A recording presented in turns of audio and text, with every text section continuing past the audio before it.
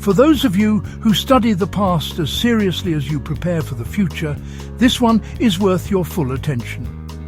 If you haven't subscribed to Warfield Prepper Chronicles yet, take a second to do that now, so you never miss the kind of historical survival knowledge that actually matters.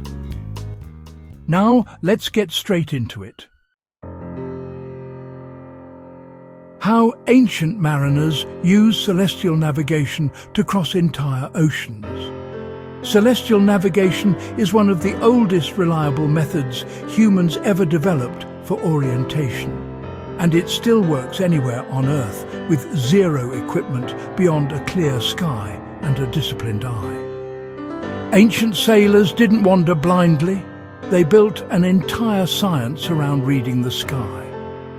The North Star, Polaris, served as the anchor of northern navigation because it holds its position directly above Earth's rotational axis. By measuring its height above the horizon, navigators could determine their latitude with surprising accuracy. Vikings, Arab sailors and Polynesians all depended on this principle long before compasses were common. The method is simple enough for anyone to use today.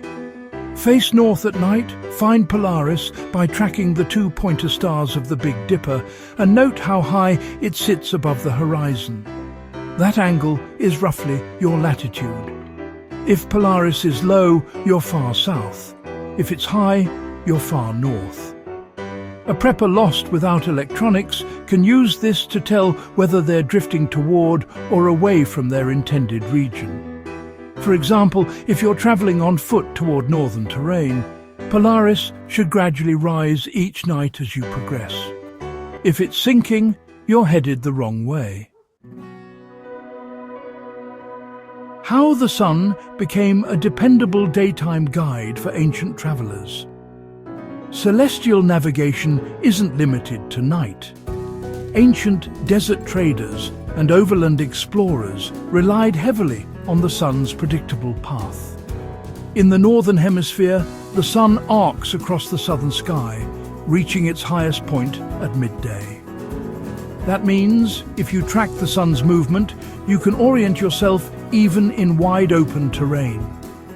Shadow sticks were a common tool. Push a straight stick into the ground, mark the tip of its shadow, wait a short period, mark again, and draw a line connecting those points. That line runs roughly west to east. Stand with the first mark to your left and the second to your right, and you're facing north.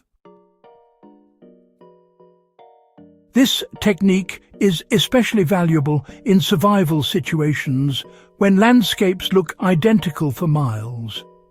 You can use it to maintain a consistent direction while hiking through forests, plains, or deserts.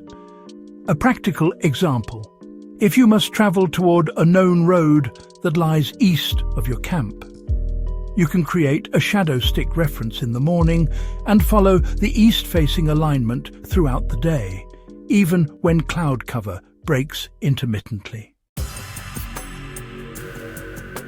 How ancient navigators used star paths to maintain direction on long journeys.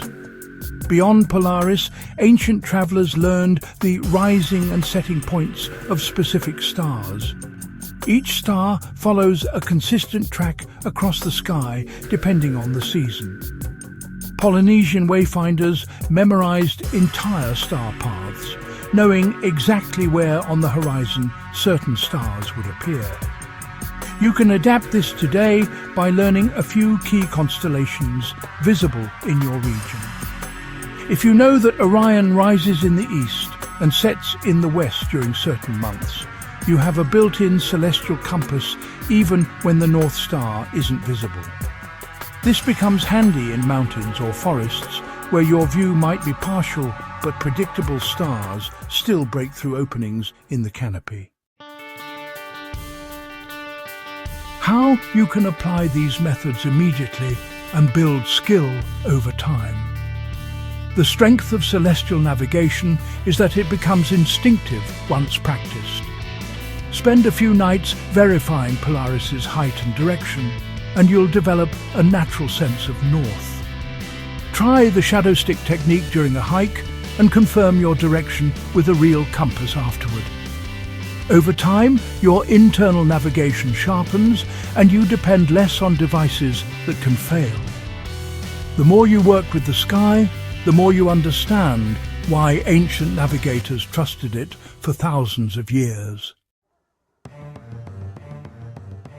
If you want more practical historical survival skills like this, subscribe to Warfield Prepper Chronicles and share this guide with someone who would appreciate real knowledge grounded in the past.